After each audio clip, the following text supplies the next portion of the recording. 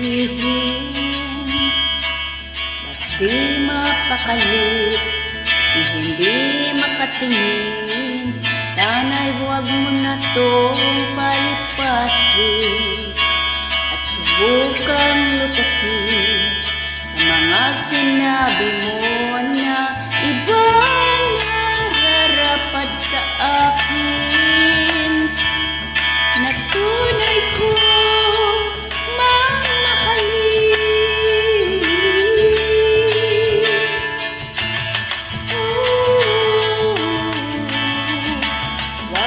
huwag mong sasabihin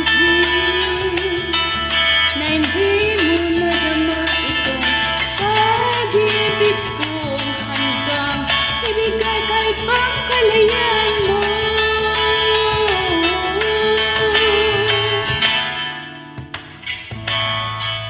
Ano man ang nakala na ako'y isang bituin, walang sasambahin, di ko man ito ipakita.